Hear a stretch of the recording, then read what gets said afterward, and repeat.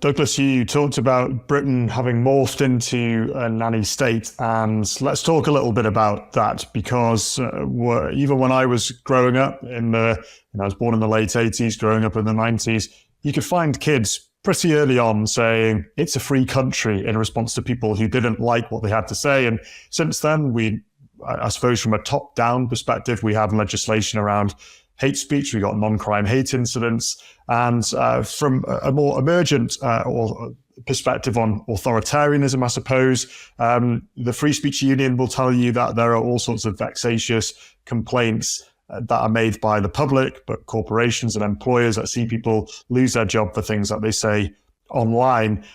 The question I've got for you, Douglas, is when did England and Britain stop being a free country, and do you think it can be again? It's really sad, isn't it? I mean, I came to England from Uganda. I was born and raised in Uganda, and Uganda in the 1970s and 80s was anything but free. And when I came to England, I was told and taught that it was a given that you could do and say things, sticks and stones may break my bones, but words may never hurt me, and all that. And like you, I remember the sort of the playground phrase, it's a free country. At some point during my adult life, that has changed. And I don't know if there was any one particular moment. I think the 2003 Communications Act, which made it a criminal offense to say something that's grossly offensive, I think that was a key step towards the loss of freedom. I think there have been 1,000 little micro steps towards losing our freedom. And because, like the proverbial frog being slowly boiled, because it's happened incrementally and gradually, we've not really noticed it. It's also impacted the country temperamentally. I mean, I'll be honest, one of the reasons why I left the UK, there were lots of pull factors about coming to America, but there was one push factor. I simply couldn't I couldn't bear it being in London during COVID. The mad, neurotic people in the street I lived in, standing on their doorstep collectively like some mad Latin American crowd, applauding the state agency and our house arrest in order to serve the state agency, the NHS. I couldn't tolerate it or stand it. The people would actively snitch on other people for sitting on park benches in Richmond Park. And most of all, I couldn't bear it that the only people who seemed to stand up to this nonsense were some rather unsavory skinhead characters who were prepared to fight and have scuffles with the police in Whitehall. And I thought, is it really the case that the only people in my country who think like me are the sort of people prepared to fight with the police? And I thought, I don't want to live here.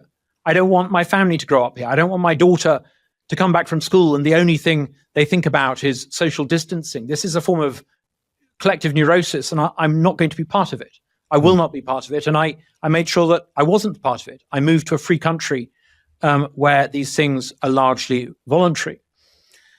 What do we do about it?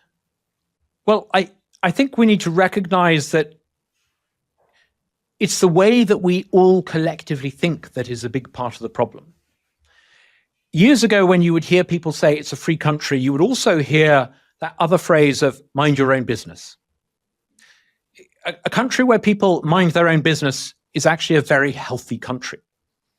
It's frankly no one's business whether I use plastic drinking straws or not. It's frankly no one's business as to whether I insulate the walls of my home or not. It's frankly not the business of the state to raise my child. It's my responsibility.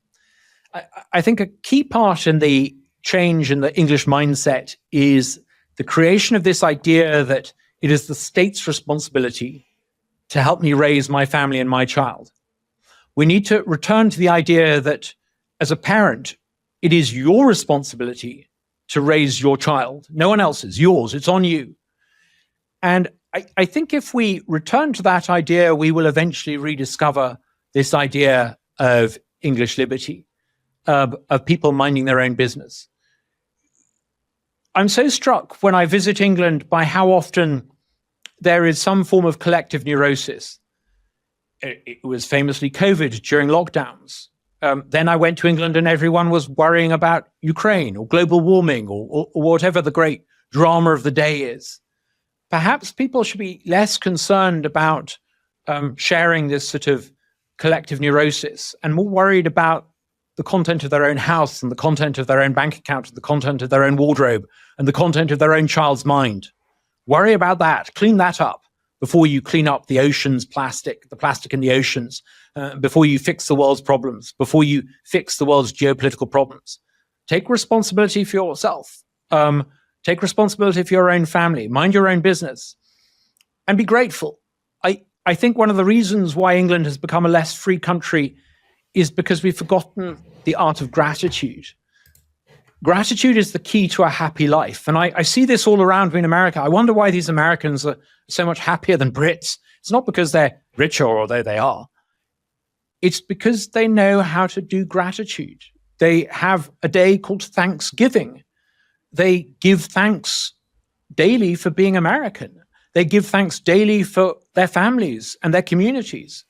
And I think that is a bedrock of what we need to return to. From gratitude and happiness, I think you can then begin to, instead of outwardly projecting your insecurities and your neurosis, you can take responsibility for yourself and your family. Jordan Peterson, I think, once wrote something along the lines of, if you want to save the world, start by tidying up your bedroom. That's how we've got to change the English mindset in order to become a free country again.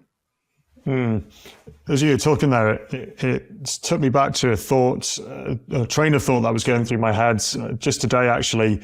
I was looking around, and this is going to sound very, very judgmental, but here I go.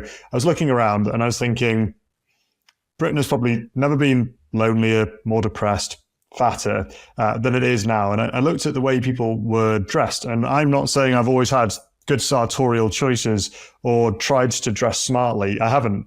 But it struck me just how many people are dressed in a way that is trying to exude coolness and indifference. And it made me think that seems to be the widespread mindset. And within that, I know, having grown up trying to cultivate that mindset myself, this kind of rebelliousness, this repudiation of everything that was old and stuffy and traditional.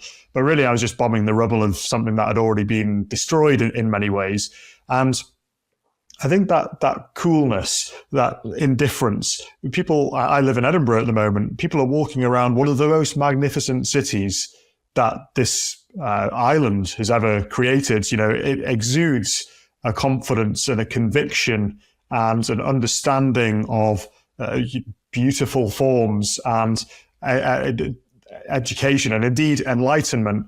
And here are most of us exuding indifference and coolness and talking about how we need to end various forms of oppression and suffering and whatever, and generally going at the establishment, which doesn't really exist anymore.